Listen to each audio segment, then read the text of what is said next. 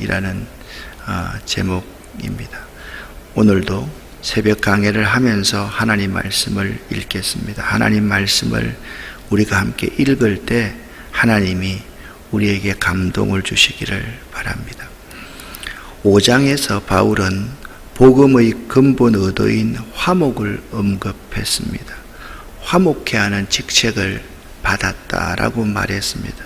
오늘 6장에서는 복음 아래서 고린도 교회 성도들이 자신과 더불어서 화목할 것을 여러 가지로 권면하고 있습니다. 따라서 바울은 구약 성경을 인용하면서 6장 1절과 2절, 특별히 2절에 지금이 은혜 받을 만한 때요 구원을 얻을 만한 때인 것을 상기시킵니다. 지금 곧 하나님과 화해할 것, 그리고 이웃과 화해할 것을 강조하고 있습니다. 그리고 14절부터는 하나님의 성전으로서의 마땅히 구별된 삶과 비토로서의 사명을 잊지 말 것을 아울러 권면하고 있습니다. 자신의 사도권을요 계속해서 이제 바울이 언급을 하고 있는데요. 6장에서 언급된 바울의 사역을 가만히 보면 바울은요 이런 사람이었어요. 자신보다도 항상 성도들의 고통과 그들의 당면 문제에 대해서 염려하고 걱정하는 참 목회자의 모습을 잘 보여주고 있습니다. 사실 참 목회자는요 자신과 자신의 가정을 먼저 생각하는 것보다 성도들의 고통과 그들의 당면 문제에 대해서 염려하고 걱정하는 사람이 참 목회자입니다. 젊은 분들은 아이고 목사님 아니죠. 가정이 우선이죠. 그렇지만 제가 목회를 이렇게 해보니까 40년 가까이 해보니까 제가 느끼는 게 하나 있습니다. 자기와 자기 자신을 먼저 챙기다 보면 교회와 성도들이 보이지를 않습니다. 교회와 성도들의 당면 문제에 대해서 염려하고 걱정하는 모습이 충만할 때 그때 가족들이 보이더라는 겁니다. 예를 한번 들어보겠습니다. 맛있는 집이 있습니다. 맛있는 집이 있으면 이 집에 우리 장로님들, 권사님들, 집사님들 좀 모시고 가고 싶다. 이런 마음이 목회자들에게는 먼저 들어야 됩니다. 권사님들이 먼저 생각되고 교회를 위해서 평생 동안 희생하고 헌신했던 그분들이 먼저 생각해야 됩니다. 왜냐하면 우리 주의 종들은요 하나님의 성전에서 성도들이 헌금한 것을 먹고 살아가는 사람들이기 때문에 그렇습니다. 그렇기 때문에 세상에 직장에서 월급을 사례를 받고 살아가는 사람과 주의 종들, 목회자들은 전혀 다르다는 사실을 알아야만 합니다. 우리는 바울 사도의 13권의 바울 서신을 읽으면서 자신보다도 성도들의 고통과 그들의 당면 문제에 대해서 염려하고 걱정하는 참 목회자의 모습, 참 지도자의 모습을 본받을 수 있어야만 합니다. 이제 1절, 2절 말씀을 읽는데요. 은혜의 날과 구원의 날이 지금이다 라고 말씀하고 있습니다. 고린도 교회는요 바울에게 매우 안타까움이 많았던 교회 중에 하나입니다. 바울이 개척한 여러 교회 중에서 참 안타까운 교회가 고린도 교회였습니다. 바울은요 고린도 교회가 은사도 많고 많은 은혜를 받았음에도 그 은혜를 은혜로 반응하지 않는 교회였다라고 정의하고 있습니다. 그래서 은혜로 반응하지 않는 고린도 교회 성도들에게 안타까움으로 권면하고 있습니다. 그것은요 이런 것이었습니다. 자꾸 분당을 지어서 자기 것만 옳다라는 거예요. 다른 사람이 틀렸다라는 거죠.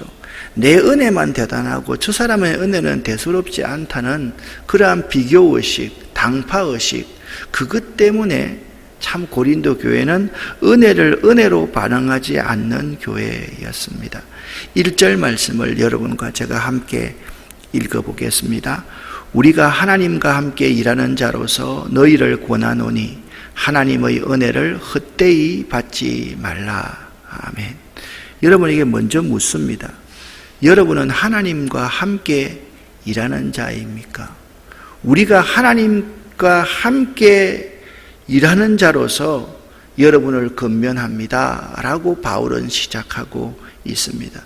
내가 하나님과 함께 일할 수 있는 자가 주의 종이다, 그렇게 분명히 말씀하고 있습니다. 바울은 항상 동력자라는 의식을 가지고 있었고요, 5장 20절에서는 그 자신이 화해의 메시지를 전하도록 하나님에 의해서 부름받고 사용되고 있다는 것을 고백하였습니다. 토레이 목사님이라는 분이 계셨는데 어느 여성도가 목사님에게 상담을 요청했습니다. 목사님, 저는 주님을 바로 알고 싶습니다. 좀 더 뜨겁게 믿고 싶고 은혜가 충만한 가운데 살고 싶습니다. 그래서 저는요, 부흥회도 여러 번 다니면서 예를 썼는데 은혜가 오지 않습니다.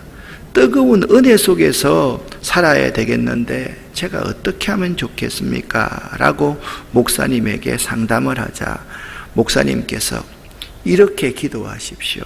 하나님 아버지, 나 자신을 알게 해주세요.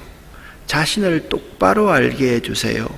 이렇게 기도하라고 말했습니다. 그녀는 목사님의 말씀에 순종해서 기도하기 시작했습니다. 하나님, 나 자신을 알게 해주세요. 나 자신을 바로 보게 해주세요. 그런데 이런 기도를 하고 나니까요, 하나님의 은혜가 그녀에게 임하여서 그녀의 눈에 이제 덮여져 있던 비늘 같은 것들을 벗겨주었습니다. 자신의 모습이 얼마나 그러니까 추하고 더러운지 머리끝부터 발끝까지 성한 곳이 하나도 없었습니다. 자신의 모습 가운데 시기, 질투, 명예, 욕심, 너무너무 더럽고 자신이 추하게 보여서 주님 앞에 고개를 들 수가 없었습니다. 그녀는 목사님께 와서 이렇게 말합니다. 목사님, 너무 창피해서 살 수가 없습니다 라고 목사님에게 말했습니다. 그러자 R.A. 토레이 목사님께서는 그녀에게 이런 처방을 주셨습니다. 이렇게 또 기도를 한번 해보세요. 십자가를 알게 해주세요, 주님. 주님, 십자가의 은혜를 알게 해주세요 라고 기도하라고 했습니다. 그녀가 이렇게 기도합니다. 주님, 십자가를 알게 해주세요. 십자가의 은혜를 알게 해주세요 라고 기도했습니다. 그랬더니 하나님께서 그녀에게 십자가를 보여주셨는데 그녀를 위해서 피를 흘리시는 예수 그리스도의 모습을 보여주셨습니다. 그리고 그 예수님께서 그녀에게 이렇게 말하는 것이었습니다. 내가 너를 사랑하노라 라는 음성을 그녀가 듣게 되었습니다. 그녀는 그때에 비로소 충만한 은혜의 사람이 되었다라는 것입니다. 우리의 심령을요, 십자가의 은혜로 채워야지 은혜를 헛되이 하지 않는 사람이 될 수가 있습니다. 은혜를 채우려면요, 우리의 심령에 십자가를 지고 주님을 따라야가 하고 어떠한 고난과 핍박이 있더라도 인내할 수 있어야만 되고 은혜를 내 속에 채우려고 십자가를 부여잡고 눈물로서 기도해야지 은혜가 충만할 수가 있습니다. 그런 다음에 우리들은요, 은혜 받을 만한 기회, 그 기회를 놓치지 말아야만 합니다. 2절에 이렇게 말씀하고 있습니다. 함께 읽겠습니다. 이르시되 내가 은혜 베풀 때에 너에게 듣고 구원의 날에 너를 도왔다 하였으니 보라 지금은 은혜 받을 만한 때요 보라 지금은 구원의 날이로다. 아멘. 우리는요, 은혜 받을 만한 때 구원의 날을 잊지 말아야만 합니다. 이 말이 무슨 말씀입니까? 이 순간, 여러분이 오늘 새벽기도 나와 있는 이 순간 십자가를 알게 해주세요. 십자가의 구속의 은혜를 깨닫게 해주세요 라고 이 순간 기도해야 됩니다. 이 순간이 은혜 받을 만한 때요, 이 순간이 구원의 날임을 알아야만 합니다. 다음으로 십자가의 구속의 은혜를 미루지 마시기를 간절히 바랍니다. 바울은요, 어떤 상황에서도 신실하게 사도의 직분을 지키려고 발부둥쳤던 사람입니다. 3절과 4절 말씀을 함께 읽어보겠습니다. 아무도 우리가 섬기는 이 일에 흠을 잡지 못하게 하려고 우리는 무슨 일에서나 아무에게도 끄리낌거리를 주지 않습니다. 우리는 무슨 일에서나 하나님의 일꾼답게 처신합니다. 아멘. 바울은요, 고린도 교회 사람들에게 이렇게 말하고 있습니다. 여러분, 섬기는 이 일에 흠이 잡히지 않아야만 합니다. 여러분, 무슨 일이든지 아무에게도 끄리낌거리를 주지 않아야만 합니다. 여러분, 무슨 일이든지 하나님의 일꾼답게 처신해야 한다라고 자기를, 우리들 주의 종들을 빗대어서 그들에게 권하고 있습니다. 왜냐하면 믿음의 사람은 자신을 위해서 사는 자가 아니라 자신을 구원하신, 십자가 위에서 자신을 구원하신 주님을 위해 사는 자들이기 때문입니다. 자신이 처신을 잘못하면 주께서 욕을 당하기 때문입니다. 오늘날 주의 종이라고 자처하면서 정치 무대 같은 데 올라가가지고 쌍욕을 하고 쌍시엇을 하는 그런 사람들 가만히 보면 이 부분을 모르고 있는 거죠. 섬기는 이 일에 우리들은 흠이 잡히지 않아야만 한다. 무슨 일이든 아무에게든지 끄리낌거리를 주지 않아야만 한다. 무슨 일이든지 하나님의 일꾼답게 처신해야 된다. 이 세 가지를 우리는 잊어버려서는 안 됩니다. 그러면서 자신들이 당했던 이야기를 이렇게 쭉 하고 있는데 참 이 말씀을 읽으면 눈물겹습니다.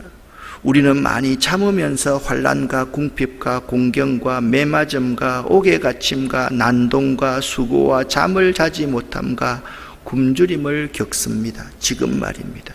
또 우리는 순결과 지식과 인내와 친절과 성령의 감화와 거짓없는 사랑과 진리의 말씀과 하나님의 능력으로 이 일을 지금 하고 있습니다. 우리는 오른손과 왼손에 의의 무기를 들고 영광을 받거나 수치를 당하거나 비난을 받거나 칭찬을 받거나 그렇게 지금도 사역하고 있습니다. 흠 안 잡히려고, 끄리낌거리를 주지 않으려고, 하나님의 일꾼답게 처신하려고 말입니다. 우리는 이름 없는 사람 같으나 유명하고 죽는 사람 같으나 보십시오. 지금 잘 살고 있지 않습니까? 잘 살아있지 않습니까? 우리는 징벌을 받는 사람 같으나 죽임을 당하는 데까지 이르지 않고 근심하는 사람 같으나 죄송합니다. 항상 기뻐하고 가난한 사람 같으나 많은 사람을 부유하게 하고 아무것도 가지지 않는 사람 같으나 모든 것을 가진 사람입니다. 아무것도 가진 것이 없는데 우리는 끄리낌거리가 없습니다. 저들에게 흠잡힐 만한 일을 하지도 않았습니다. 주의 종의 답게 처신했습니다 라고 그렇게 말하고 있습니다. 여기 가난 가운데서도 부하게 살았던 사람들이 있습니다. 여기 은혜가 은혜되게 살았던 사람들이 있습니다. 여기 하나님과 함께 일하는 사람이 있습니다. 저는 이런 믿음의 사람들을 복음의 역설적인 능력으로 산 사람이라고 정의하고 싶습니다. 여러분, 아무것도 가진 것이 없습니다. 그러나 모든 것을 가진 사람입니다. 우리는 죽은 자 같으나 보니까 죽는 것이 산자라는 사실을 고백하며 살았습니다. 이것이 복음의 역설적인 능력으로 살았던 신앙의 선배들의 모습입니다. 사랑하는 여러분, 복음의 역설적인 능력으로 삶을 살아내는 그리스도인이 되고 싶지 않습니까? 복음의 역설적인 능력으로 삶을 살아내는 그리스도인이 되려고 하면 11절부터 13절에 이런 사람이 되어야 된다. 좁은 마음을 가져서는 안 된다. 좁은 마음을 가지니까 복음의 역설적인 능력으로 통크게 살지 못하고 아주 쫌생이처럼 그렇게 살아갈 수밖에 없다라고 말씀하고 있습니다. 바울은 이미 6장 1절에서 너희는 하나님의 은혜를 헛되이 받지 말라고 권면했습니다. 왜냐하면 고린도 교회는 다양한 은사를 받았지만 그 은혜를 제대로 활용하지 못하고 그 받았던 은사 때문에 되려 문제를 일으키고 갈등을 일으키는 사람들이 많았다는 사실입니다.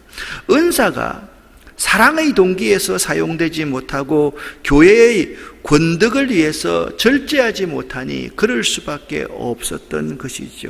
결과적으로 고린도 교회 교인들은 교만해졌고 자기중심적인 교악한 수준의 심정으로 바뀌고 말았던 것입니다. 하나님의 은혜를 헛되이 받은 부정적 결과의 모습이 고린도 교회 곳곳에 독버섯처럼 돋아나기 시작한 것입니다.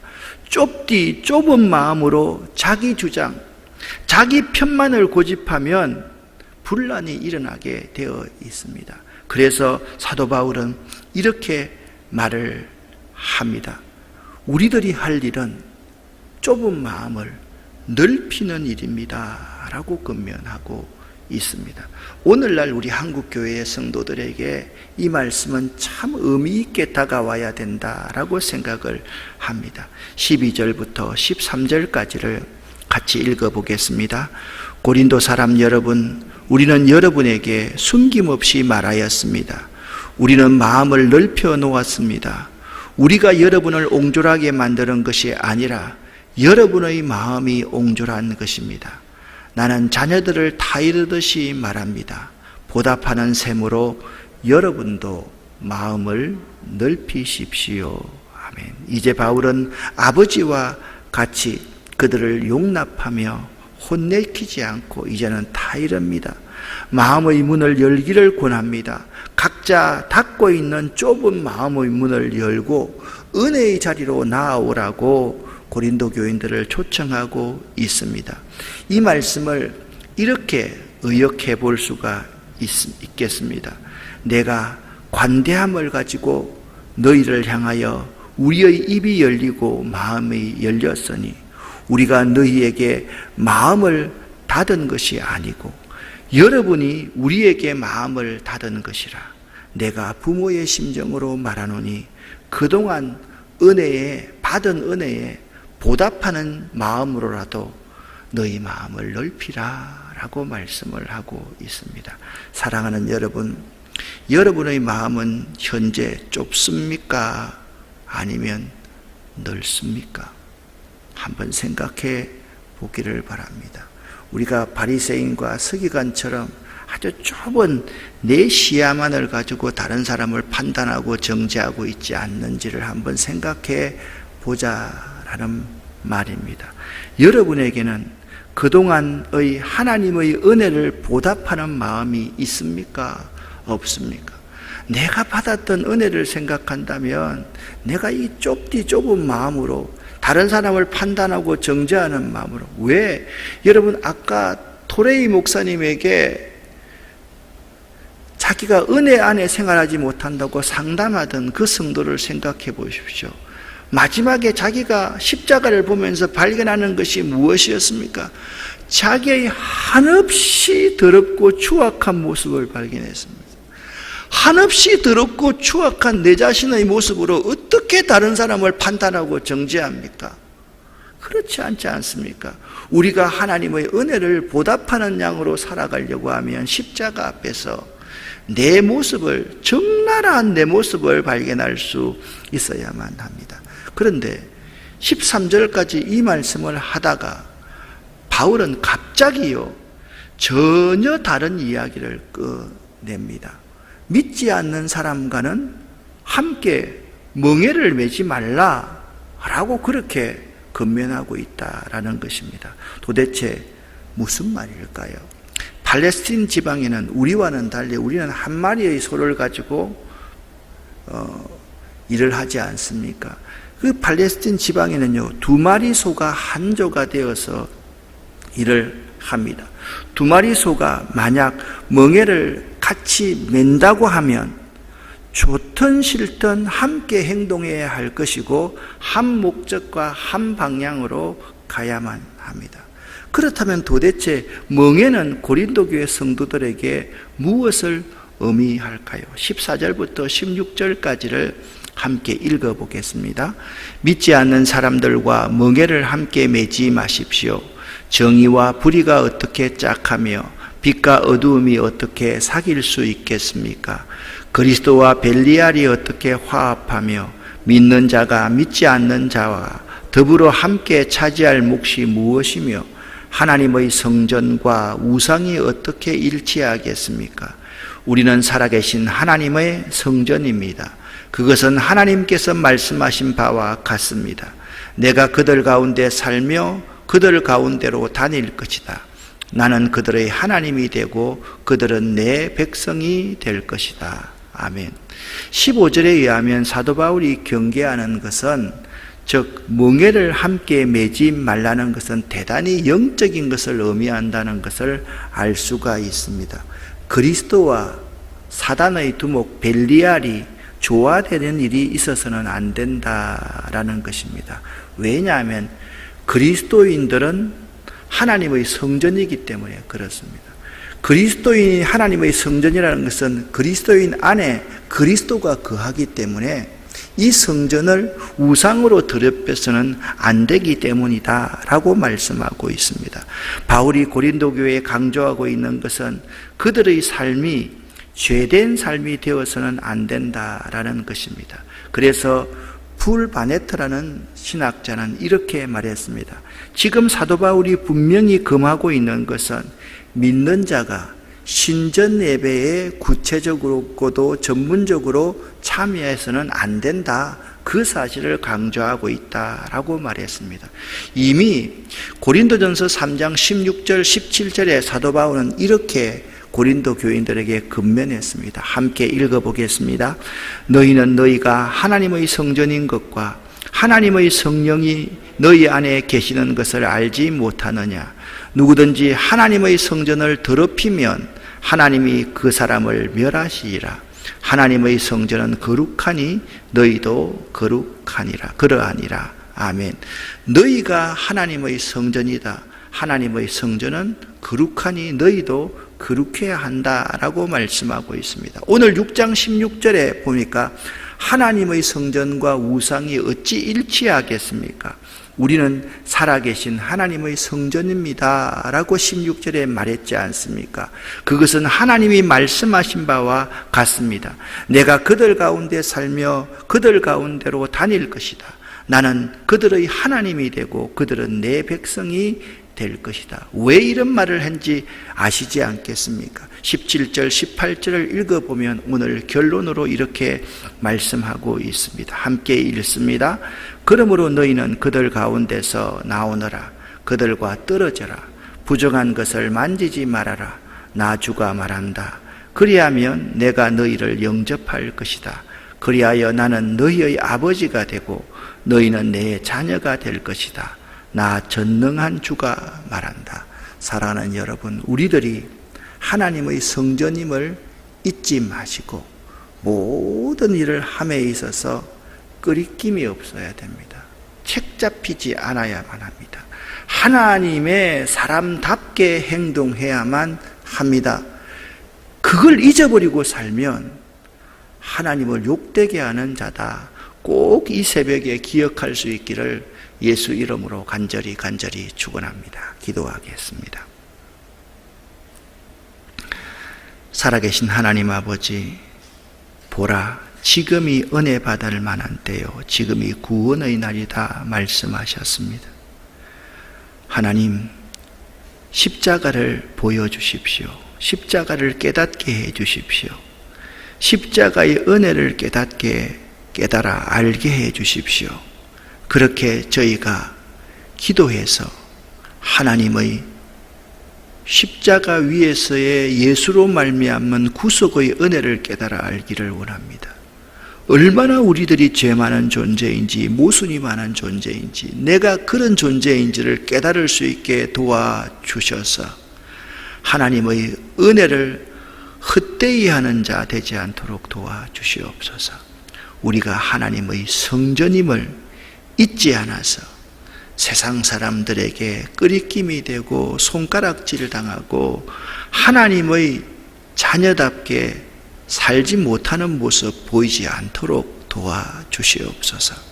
오늘도 하나님, 이 새벽에 기도하는 우리 모두에게 하늘에서 내리는 하나님의 은혜로 덧입혀 주시옵소서. 특별히 이 새벽에 우리의 자녀와 손들을 위해서 기도합니다. 우리의 자녀들에게 하나님의 복을 내려주시고 우리 한 사람 한 사람들에게 하나님 축복하여 주시옵소서.